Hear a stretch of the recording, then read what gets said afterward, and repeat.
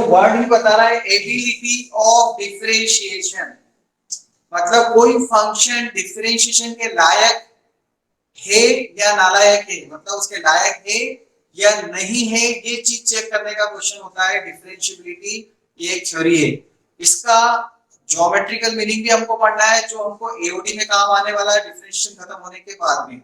अब जब हम डिफरेंशिएशन के क्वेश्चन सॉल्व करते हैं तो हर जगह हम डिफरेंशिएबिलिटी चेक नहीं करेंगे, क्योंकि हमारे सिलेबस में जो डिफरेंशिएशन के क्वेश्चन दिए हैं वो डिफरेंशिएशन डिफरेंशिएबल है वही दे रखे हैं, जो डिफरेंशिएबल नहीं है या है उसके क्वेश्चन अलग ही दे रखे हैं जो डिफरेंशिएबिलिटी में आते हैं। मतलब इस टॉपिक में आएंगे check whether this function is differentiable और नॉट डिफरेंशिएबल, ऐसा क्वेश्चन आएगा। और पिछले 25 सालों के पेपर देखेंगे तो 2 बार ऐसा डिफरेंशिएबिलिटी का क्वेश्चन उन्होंने एग्जाम में पूछा है, 2 बार, मतलब चांसेस बहुत कम है, लेकिन इंपॉर्टेंट टॉपिक इसलिए क्योंकि एओडी के अंदर यूज होता है।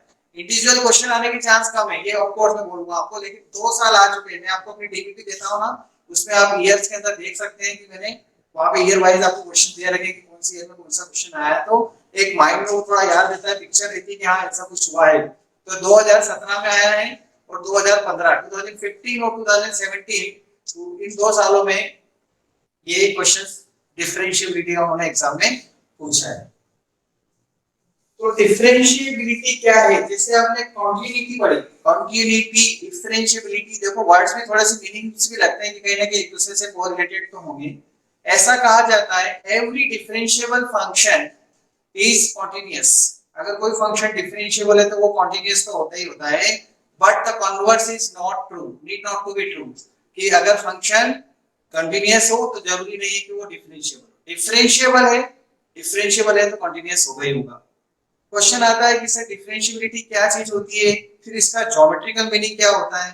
जैसे कॉन्टिन्यूटी के लिए मैंने आपको बताया था कि कॉन्टिन्यूटी का मतलब ये है कि उस पॉइंट पे जिस पर हम ग्राफ जिस पॉइंट पर हम कॉन्टिन्यूटी चेक करते हैं किसी फंक्शन की, वो उस पॉइंट पे उसका ग्राफ ब्रेक नहीं होना चाहिए, there should not be any jump, no hole, no gap, ऐसे फंक्शन को हम कंटीन्यूअस बोलते हैं जिनका ग्राफ उस पर्टिकुलर पॉइंट पे नहीं टूटता है। तो ऐसे डिफरेंशिएबिलिटी का भी कुछ ना कुछ मीनिंग होगा। फिर हमने उसका अलजेब्रिक मीनिंग पढ़ा था क्या, LHS = RHS = value of the function, ऐसे डिफरेंशिएबिलिटी का भी अलजेब्रिक मीनिंग होगा जिससे वो क्वेश्चन सॉल्व होंगे, जैसे कि अपन ने LHS RHS और वैल्यू ऑफ द फंक्शन से कंटिन्यूटी के क्वेश्चन सॉल्व किए। तो अपन पढ़ते हैं डिफरेंशिएबिलिटी की पहले अलजेब्रिक डेफिनेशन, जैसे हमने उस पे भी अलजेब्रिक डेफिनेशन लिखी थी, फिर उसको ज्योमेट्री से कोरिलेट करा था। तो differentiability at a point x equal to c, x equal to c पे डिफरेंशिएबिलिटी। अब एक फंक्शन कंसीडर करते हैं, let fx be a real valued function defined on open interval a b, real value function है जो open interval a b में define है, मतलब उसका domain open interval a b है। रियल हम वैसे भी वैल्यू सारे क्वेश्चन जो करते हैं 11th 12th में वो सब रियल नंबर्स पे करते हैं, इसके साथ आपको समझा गया था जब तक स्पेसिफाई नहीं किया। Then fx is said to be differentiable at x equal to c belongs to open interval a b, at x equal to c belongs to open interval a b, मतलब a और b के बीच में c point है। if and only if and only if limit x tends to c fx minus fc upon x minus c exists finitely।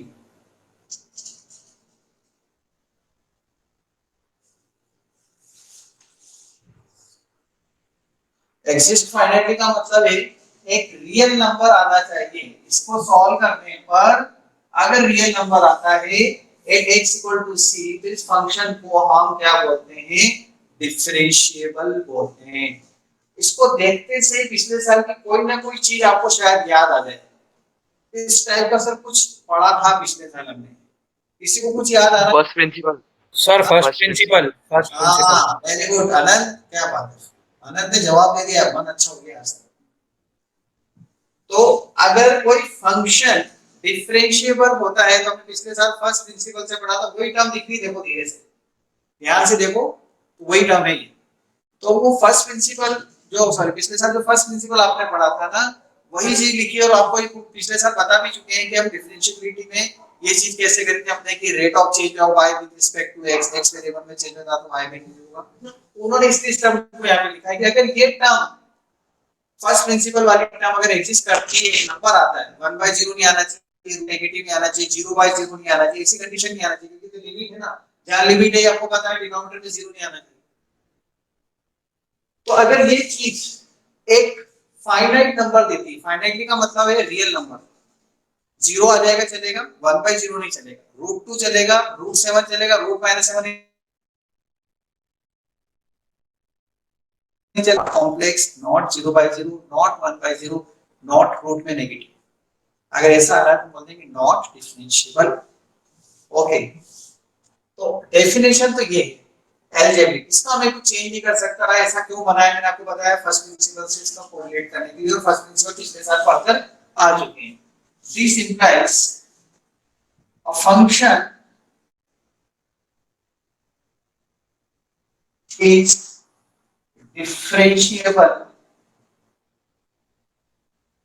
if and only if, इसी चीज को mathematically लिख रहा हूँ, a function is differentiable if, I double F का मतलब क्या होता है, if and only if, यदि और केवल यदि राइट ट्रायंगल है तो पाइथागोरस लगेगी भाई साहब, और पाइथागोरस लगेगी भाई साहब तो राइट ट्रायंगल है, ऐसा नहीं बोलते हम दोनों तरफ से।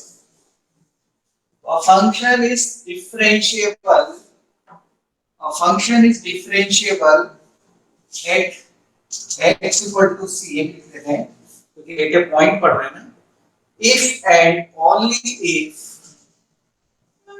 limit x tends to c fx minus fc upon h minus c exists finitely e x I s, एक नंबर आना चाहिए रियल। मैं इस लेफ्ट साइड की स्टेप को तो कुछ भी हाथ नहीं लगाता हूँ, ये तो चलने देता हूँ, ऐसे ही चलेगी, इसको मैं तोड़ता जाता हूँ। अब इसको कैसे तोड़ेंगे, अगर हम ये बोल रहे हैं ध्रुव पाटीदार, अगर हम ये बोल रहे हैं, ध्यान देना ना, आपसे आंसर पूछूंगा, limit x tends to c fx fc upon x c exist करती है, मतलब अगर ये लिमिट एग्जिस्ट कर रही है तो इसका क्या मतलब हुआ, लिमिट कब एग्जिस्ट करती है, सर जब एलएचएल और आरएचएल वैल्यू और जो उस पॉइंट पे वैल्यू आ रही है वो इक्वल होती है। नहीं पॉइंट पे वैल्यू आने के लिए तो क्वांटिटी में चलेंगे, तो एलएचएल और आरएचएल इक्वल आना चाहिए, बस ये इक्वल बोलो आती क्योंकि लिमिट की बात, ठीक है, वेरी गुड। लिमिट की बात उन्होंने बोली कि सर अगर ये लिमिट एग्जिस्ट कर रही है तो इसका मतलब एलएचएल और आरएचएल इक्वल होना चाहिए, तो मैं इसको एलएचएल और आरएचएल इक्वल होना चाहिए, मतलब इसको मैं ऐसा लिख दूं,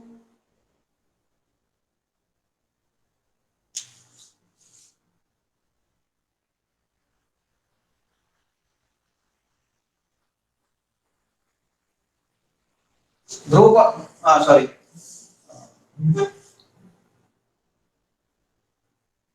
धाकड़, हर्ष,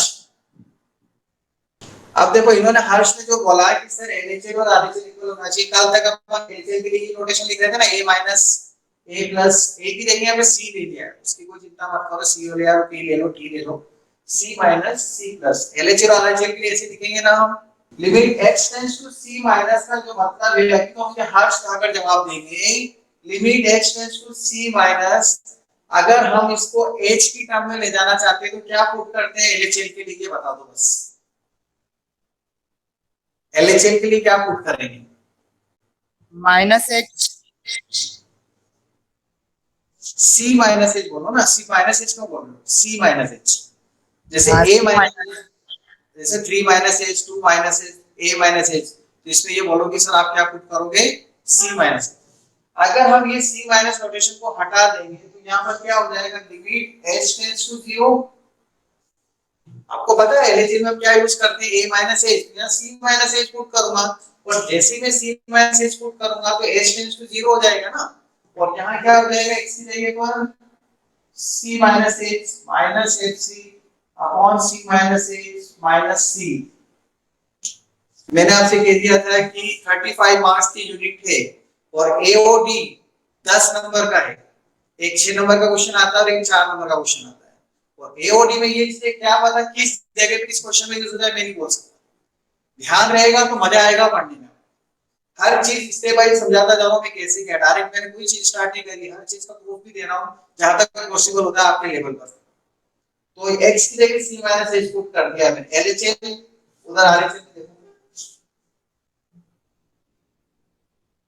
क्या पुट करूंगा, हर्ष RHS में C plus H. Yes f c plus h, very good. ये c plus h माइनस देखो जहां जहां था x वहां c माइनस h, जहां x था वहां c plus h। कल तक ये अपन क्वेश्चन है लेकिन आज से खाली थे लिमिट में मैंने हर्ष ने बोला कि सर नहीं, ध्रुव ने बोला सर LHS RHS लिख लोगे, तो मैंने उसको ऐसे लिख दिया LHL इक्वल टू RHL और LHL RHL का यही मतलब होता है। और उसके बाद अपने को हर्ष ने हेल्प कर दी कि सर इसकी जगह ऐसा लिख लो। अगले स्टेप में एल्जेब्रिक स्टेप के हिसाब से c से c कट जाएगा जो सभी जानते हैं, और उधर भी c से c कट जाएगा। बहुत अच्छी बात है। ऐसा तो नहीं बोलोगे a कॉमन ले लो इधर से और इधर भी c से c कट कर दो, कोई भी नहीं बोलेगा। मेरे बच्चे ऐसा कोई नहीं बोल सकते। इसके साथ सब चीजें बताइए मैंने आपको। सर इधर a कॉमन ले लो, limit h tends to 0 fc minus h minus fc upon minus h, fc minus h minus fc upon minus h equal to limit h tends to 0 upon h। ऐसे लिखेगा। अब देखो आप ये जो limit axis का एक पार्ट है उसे दो टुकड़े करें, वो दो टुकड़ों में जो LHL थी वो अपना रूप बदलकर यहाँ पहुंच गई और ऐसे ही ये अपना रूप बदलकर यहाँ पहुंच गई। ये जो नया रूप आया है ना LHL और RHL का न्यू फॉर्म आया है, कुछ दूसरे तरीके से आ गई है वो टर्म। इस टर्म को दूसरा नाम दिया है इन्होंने यहाँ पर, क्योंकि ये डिफरेंशिएबिलिटी से रिलेटेड है और ये लिमिट से रिलेटेड है जो क्वांटिटी में यूज होती थी, और ये डिफरेंशिएबिलिटी में यूज होती है नाम है क्वांटिटी के LHL और RHL का।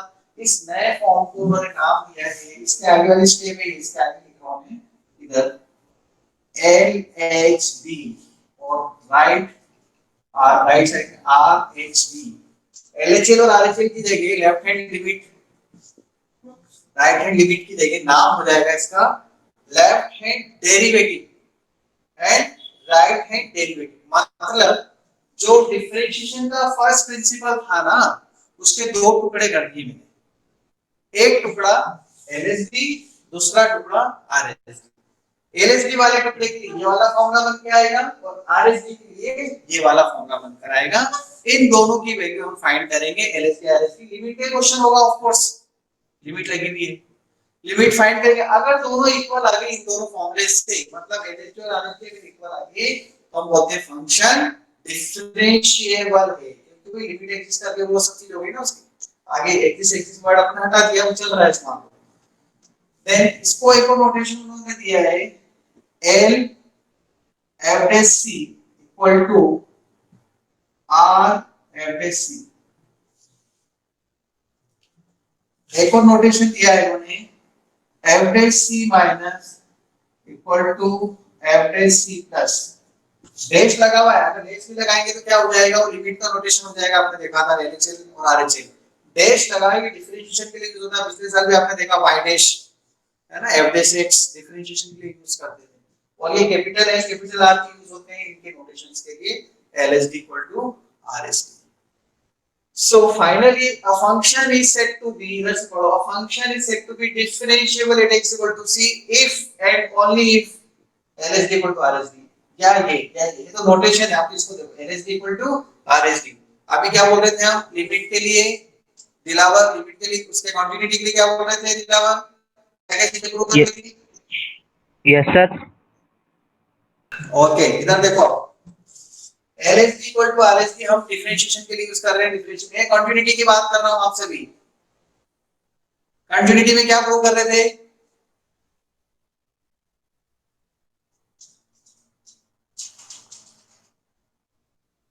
नेटवर्क गया? हर्ष धाकड़ आप बताओ, कंटिन्यूटी में क्या प्रूव कर रहे थे? LHL equal to RHL। और बस value of the function, value of x। Value of the function, तीन चीजें। अंकित सलूजा आप बताओ, कंटिन्यूटी के लिए क्या क्या प्रूव करना पड़ रहा था? Sir LHL equal to RHL equal to value of function. Okay good. तो हम फाइनली फॉर्मूले लिख लेते हैं। देखो फॉर्मूला लिख रहे हैं हम, एलएसडी का फॉर्मूला, एलएसडी का formula FC minus H minus FC upon minus H limit H tends to 0, और RHD का formula limit H tends to 0 FC plus H minus FC। ये दो फॉर्मूले लिख लिए, इन फॉर्मूले का यूज करेंगे बस। फाइनली फॉर्मूले मैं चाहता हूं तो आप लोग ये दो फॉर्मूले सीधे लिख के बोलता चलो क्वेश्चन स्टार्ट करें, लेकिन कोई समझ में नहीं आता कंसेप्ट। आपको पूरा तरीका बताया इसको कैसे यूज करेंगे, और इसका यूज करके हम अलजेब्रिक क्वेश्चन सॉल्व करेंगे। लेकिन द क्वेश्चन इज सर, जैसे आपने हमें बताया कि कंटिन्यूटी का मतलब फंक्शन का ग्राफ उस पॉइंट पर ब्रेक नहीं होता जिस पॉइंट पे हम कंटिन्यूटी चेक करते हैं। एम आई राइट? ऐसे बोला है मैंने आपको, यही समझाया, ये क्वेश्चन किए हैं आपने दर्शन? Yes sir. ओके, तो अभी हम ये पढ़ने जा रहे हैं कि कोई फंक्शन अगर डिफरेंशिएबल है तो ज्योमेट्री से क्या रिश्ता है। कंटिन्यूटी का मतलब क्या था? ग्राफ नहीं टूटेगा, नो नो ओके नो और। डिफरेंशिएबिलिटी मींस क्या, क्या है ज्योमेट्री का इसका रिश्ता? चलो वो पढ़ते हैं, इसी से समझ में आएगा वो, इसलिए उस फॉर्मूले को मैंने साइड में लिख रखा है, तो यूज करूंगा मैं।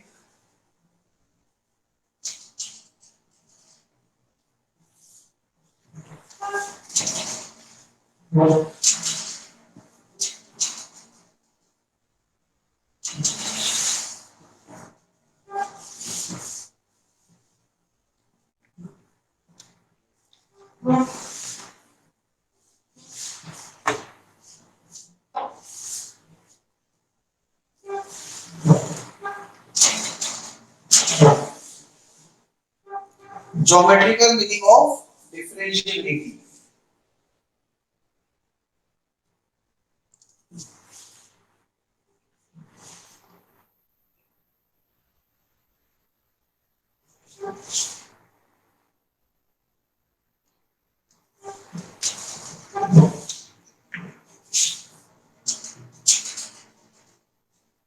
किसी फंक्शन के डिफरेंशिएबिलिटी का ज्योमेट्रिकल मीनिंग, जैसे हमने कंटिन्यूटी का ज्योमेट्रिकल मीनिंग पढ़ लिया, ग्राफ ब्रेक नहीं होता, कितनी बार बोल दिया, समझ में आ गया होगा आपको। अब ज्योमेट्री का क्या रिश्ता है डिफरेंशिएबिलिटी से, फिर डिफरेंशिएशन से भी यूज करेंगे हम इसको। इस थ्योरी का नाम मैंने दे रखा है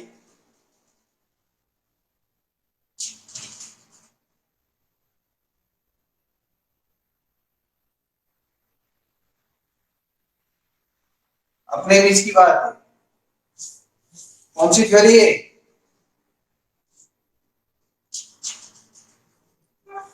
स्पेलिंग आप सही है। चंदा।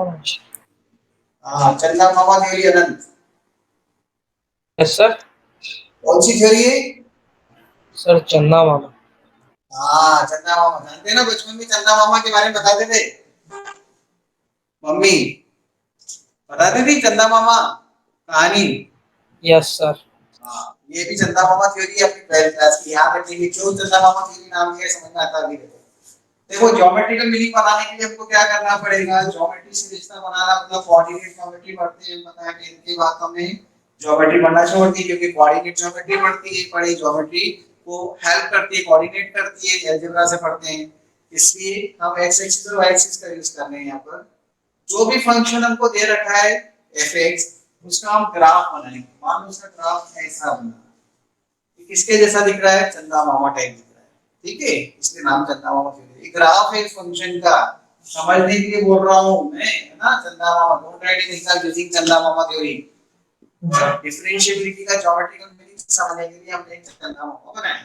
मतलब ये ग्राफ है, ग्राफ कैसे बनते हैं पिछले साल सब बता रखे मैंने आपको, और ज्यादा ग्राफ से भी क्वेश्चन सॉल्व करने नहीं होते, पर यहाँ कुछ क्वेश्चन एओडी में इसके हेल्प के बिना सॉल्व नहीं होते, इसलिए इनको पढ़ना जरूरी। थोड़ा बहुत नॉलेज चाहिए ना, आईटी वाले स्टूडेंट तो डायरेक्ट ग्राफ से ही करते हैं मैक्सिमम क्वेश्चंस, हम सीबीएसई वालों को इससे करना है, अलजेब्रा से, पर कहीं कहीं पर बीच बीच में यूज होती है थ्योरी, एओडी के अंदर स्पेशली ज्यादा यूज होती है। नाउ लुक हियर, एक फंक्शन है y इक्वल टू fx, उसका ये ग्राफ बनाया, हमने बोला था ये a से b है, हम ये a ले लेते हैं यहाँ पर, ये b ले लेते हैं। इसके जस्ट लेफ्ट में, जस्ट बीच में एक पॉइंट है कि लिया c, जिस पर हमको कंटिन्यूटी चेक करना, डिफरेंशिएबिलिटी चेक करनी, इस पॉइंट पे चेक करनी है differentiability. c is the point in between open interval a and b। इस c पॉइंट के जस्ट लेफ्ट में मैंने a माइनस h लिया है, और जस्ट राइट में c प्लस h लिया है, सॉरी c, ये a से b के बीच में कंटिन्यूअस है वो तो ठीक है, हमने जो इस सी पॉइंट है मैं उसी की बात कर रहा हूं, क्योंकि मैं ए और बी बीच में बताऊंगा तो थोड़ा ग्राफ में कंफ्यूजन हो जाएगा, उसको हटा दिया मैंने, c belongs to open interval a b, ये हमने थ्योरी में पढ़ा है, ग्राफ इज ए से लेकर बी के बीच में, सी माइनस सी के जस्ट लेफ्ट में है, और जस्ट राइट में, वर्ड यूज करना आप जस्ट कर समझाने के लिए तो ये रखा है, नहीं तो समझ में नहीं आएगा, जस्ट का मतलब यहां होना चाहिए बिल्कुल इधर, ये पॉइंट पी है, ये पॉइंट, ये Q है, ये R है, और ये P है। अगर मैं C के कोऑर्डिनेट पूछूं आपसे तो आप ये बोलोगे ना CFC कोऑर्डिनेट, ये लेंथ FC हो जाएगी, हाइट जिसे हम बोलते हैं यहां से, इसके कोऑर्डिनेट भी बता पाएगा आप में से कोई एक स्टूडेंट बोलेगा?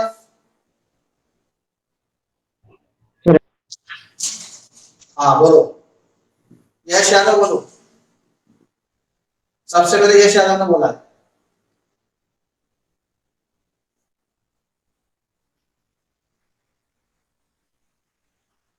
C minus H FC. वेदांत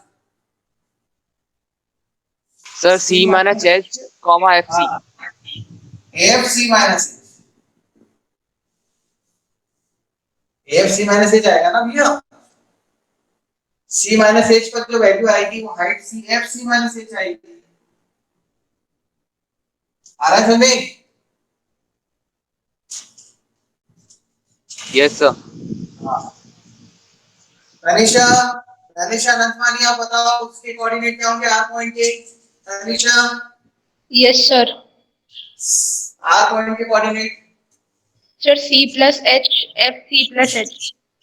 C plus h f c plus h, ये तो पॉइंट्स लिख दिए। आप थोड़ा सा ध्यान दो, जैसे जैसे आप ये पॉइंट्स बता रहे हो ना, वो जो उधर लिखा हुआ है उसको भी थोड़ा देखो ध्यान से यार, सर उससे जैसे कुछ कुछ टर्म तो आ रही है, देखो दिख रही है आपको FC प्लस FC दिख रहा है, उधर दिखने लग गई वो चीजें, धीरे धीरे आ रही है, तैयारी चल रही है उसके पास पहुंचने की, आप देखो किसे ध्यान से, वो जो फॉर्मूला उधर लिखा है ना उसका इससे रिश्ता बनता जा रहा थोड़ा थोड़ा, अभी पूरा बन जाएगा, देखो इसका,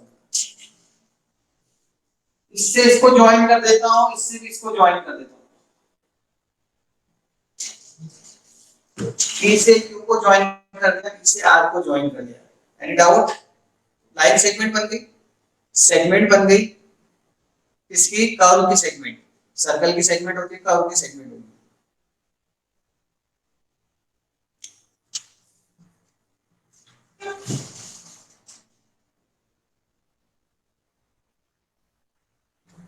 Slope of QP, slope of QP, Rukaiya, slope of QP,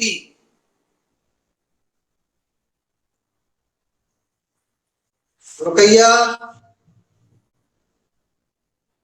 FC minus H हाँ, और C minus C plus H. कौन सा फॉर्मूला लगाया आपने बताओ मुझे? M2 माइनस M1, नहीं sorry Y2 minus Y1 divide by X2 minus X2। हाँ वेरी गुड, तो स्लोप कैसे फाइंड करते हैं? देखो 11th क्लास का बेसिक है ना, एकदम स्लोप का फॉर्मूला 2 पॉइंट ये याद आ गया, चलेगा काम, नहीं तो फिर वो सब चलने तो वाली बात हो जाती है। y2 माइनस y1 तो ऐसे लिखूंगा fc minus fc minus 8 upon x2 minus x1 c minus c minus 8, ऐसे होगा।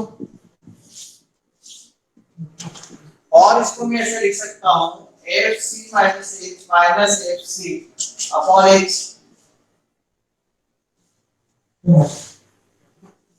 माइनस सी कर दिया, प्लस हो गया, अपने टर्म को न्यूमरेटर में देखो अलग लिख दिया है ना, सेकंड को फर्स्ट, फर्स्ट को सेकंड लिख दिया। देखो आप ध्यान से देखो, ये वाली टर्म है ना, ये तो वो यहां इस तरीके से लिख दी है। अब आती है इंपॉर्टेंट चीज जो हम ज्योमेट्री से डेट करेंगे, देखना ये एज है और ये भी एज, ये डिफरेंस यहां से आता है तो यहां से आता है ना, ये डिफरेंस है एज। अब अगर मैं इसमें Q पॉइंट को P के पास में लेके जाऊं, means as Q tends to P, अब यहां से चेंज हो जाएगी चीजों, यहां से कहानी में ट्विस्ट आएगा। अभी तक तो थोड़ा सा अच्छा लग रहा था, ये कहानी चेंज हो रही है यहां से। as Q tends to P, जैसे जैसे Q P के पास जा रहा है, हम क्या ऑब्जर्व करते हैं, as Q tends to P, H tends to 0, ये एज के बीच से बात आता है। और जैसे जैसे QP के पास में जाएगा, QP टेंजेंट है और QP कॉर्ड है, और कॉर्ड QP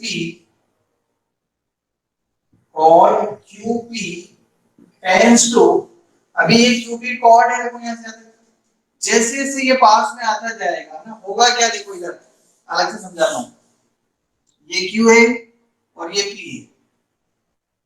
है, ये क्या है अभी, कॉर्ड। जब Q यहाँ आएगा स्टिल इट इज कॉर्ड, यहाँ आएगा स्टिल इट इज कॉर्ड, यहाँ आएगा स्टिल इट इज कॉर्ड। जब इसके पास आ जाएगा एकदम, तो ये ऐसा हो जाएगा, इस टाइप, ये क्या बन जाएगी, टेंजेंट। आपको बताया था मैंने पिछले साल भी टेंजेंट की definition, tangent is the limiting position of chord when one point tends to the other point, the chord becomes tangent. और ऐसा बोला था, 3 tragedic love stories of geometry. Tangent एक बार टच करके हमेशा के लिए दूर हो जाती है, पैरेलल लाइंस कभी नहीं मिल पाती, और एक वर्ड यूज किया था एसिम्पटोट्स, जो किसी लाइन को टच करने की कोशिश करती है, कभी टच नहीं।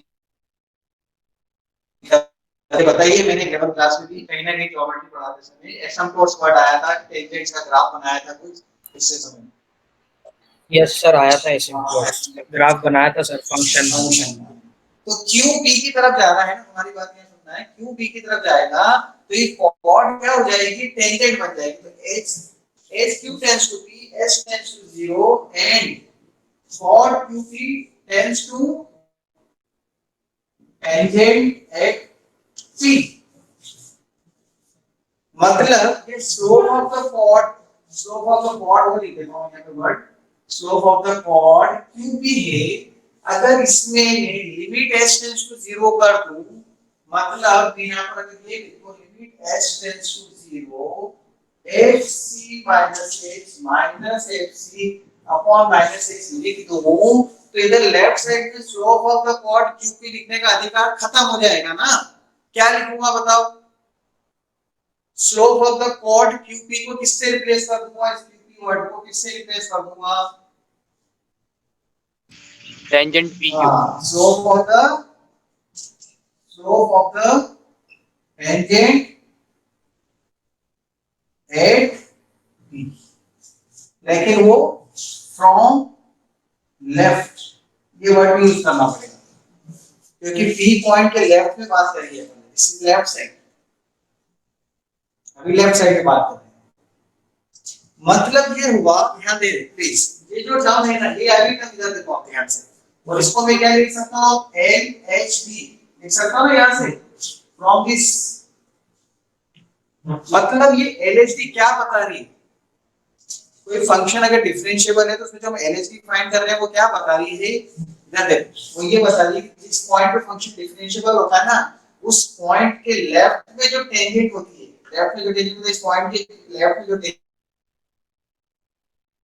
लेफ्ट में टेंजेंट क्या होता है, लेफ्ट और राइट में टेंजेंट तो एक ही होती है, कोई चीज कम नहीं। तो लेफ्ट में जो टेंजेंट होती है अभी इसके हिसाब से मैं यही बोलूंगा ना, लेफ्ट पॉइंट में जो टेंजेंट होती है उसकी स्लोप को बताती है कौन, LSD। LSD represent the slope of the tangent at P from the left at that point। जिस पॉइंट पर हम डिफरेंशिएबिलिटी की बात कर रहे हैं उस पॉइंट पे लेफ्ट में टेंजेंट की स्लोप को LSD बताता है।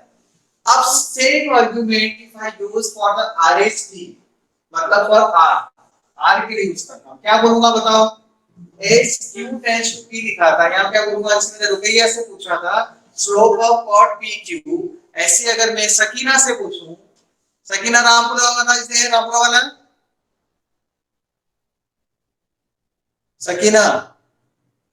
Yes sir. गाने की आवाज आ रही है सकीना? खदीजा इधर देखो आप, अभी हम क्या बोल रहे थे, क्यू किसके पास जा रहा है, बी के पास। अब आप इधर क्या बोलोगे, चलो ये बताओ आर किसके पास जा रहा है, पी के पास। हाँ आर पॉइंट पी के पास जा रहा है, जैसे क्यू पी के पास में गया था तो आर पी के पास में जाएगा। अभी हमने लिखा था slope of Q P, similarly slope of Q P की जगह हम क्या लिखेंगे, R P. Slope of RP का फॉर्मूला बताने की हिम्मत इसमें है, अभी बताएगा कोई आप में से, स्लोप ऑफ आरपी सर ये लिखो, कोई है, slope of RP F C plus H minus C plus हाँ C plus H minus C। कौन बोल रहे हैं, वेदांत? Yes sir। हाँ क्या बोला आपने, वापस बोलो। F C plus F C plus H minus F C। हाँ all upon C plus H C plus minus H minus C। C से C कट जाएगा, वापस वही चीज आ जाएगी देखो, लेकिन उससे क्या मिलेगा आपको, ये वाले टर्म। फिर आप इसमें क्या बोलोगे, सेम आर्गुमेंट लगाना है, क्योंकि आगे की चीज में लिखवा नहीं, वो आपको लिखना है, सिमिलरली आपको लिखना है अंदर, मैंने लिखना एरो लगाना और इसमें नकल रखेंगे, देखो क्या क्या लिखेंगे। स्लोप ऑफ द क्वाड लिख दिया, यहां पर प्लस h आ जाएगा, यहां x plus h minus h upon h आ जाएगी सिटी से। h q tends to p की जगह क्या लिखेंगे, r टेंड्स टू p, ये लिखोगे, h r tends to p, h tends to 0, cot qp की प्लेस पे क्या लिखोगे, cot rp tends to tangent at p from right. अभी क्या था, tangent at p from left लिख देता हूं, ठीक है। इसमें क्या हो जाएगा, स्लोप ऑफ द टेंजेंट की जगह क्या हो जाएगा, tangent at p, slope of the tangent at p from right हो गया, लिमिट h टेंड्स टू 0 आ जाएगा इस टर्म के साथ में, और वो क्या इक्वल हो जाएगी, RSD। मतलब RSD क्या रिप्रेजेंट कर रही है, RSD ये रिप्रेजेंट कर रही है कि इस पॉइंट P के राइट में जो टेंजेंट होगी उसकी स्लोप, और LSD क्या रिप्रेजेंट कर रही है बताओ, P के लेफ्ट में जो टेंजेंट होगी उसकी स्लोप। लेकिन हमें पता है हमारे बेसिक नॉलेज से कि किसी भी एक पॉइंट पर केवल एक ही यूनिक टेंजेंट बनती है, दो थोड़ी बन सकती है। इसका ये मतलब हुआ, और वो दोनों इक्वल भी हैं, LSD इक्वल टू RSD है। इसका मतलब लेफ्ट पॉइंट से टेंजेंट की slope equal to right point से टेंजेंट की स्लोप, राइट कॉर्ड की स्लोप और लेफ्ट कॉर्ड की स्लोप, और लेफ्ट साइड की टेंजेंट की स्लोप और राइट साइड की टेंजेंट की स्लोप दोनों इक्वल हैं। लेफ्ट की स्लोप मतलब लेफ्ट टेंजेंट की स्लोप, वर्ड पूरा करेक्ट तो ये होगा, लेफ्ट टेंजेंट की स्लोप और राइट टेंजेंट की स्लोप इक्वल है उस पॉइंट पर। और अगर इक्वल है इसका मतलब स्लोप्स इक्वल कब होती है, स्लोप्स इक्वल कब होती है, स्लोप्स इक्वल कब होती है, जब लाइन या तो पैरेलल हो या इक्वल हो, एक ही लाइन हो। कॉन्साइड करती है, वेरी गुड विद्यार्थी। तो लाइंस पैरेलल हो या कॉन्साइड करती, इसका मतलब ये हुआ कि इस पॉइंट पे लेफ्ट की टेंजेंट ये और राइट की टेंजेंट ये दोनों एक दूसरे से कैसे हो जाएंगी, कॉन्साइड हो जाएंगी, क्योंकि लेफ्ट की टेंजेंट राइट की टेंजेंट एक ही बात हो जाएगी ना, दोनों एक दूसरे के ऊपर आके कॉन्साइड हो जाएगी, क्योंकि एक पॉइंट पे एक टेंजेंट मिलती है। मतलब ये हुआ लेफ्ट टेंजेंट और राइट टेंजेंट इस पॉइंट P पे जो मिलती है उनकी जो स्लोप है वो इक्वल आ रही है।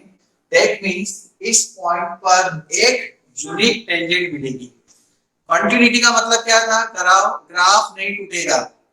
डिफरेंशिएबिलिटी का मतलब क्या बोलोगे आप? उस पॉइंट पर जिस पे हम डिफरेंशिएबिलिटी चेक कर रहे हैं उस पॉइंट पर एक यूनिक टेंजेंट मिलती है। ये इसका ज्योमेट्रिकल मीनिंग हो गया। Finally there exist a unique tangent at that point. There exist a unique tangent at x equal to c।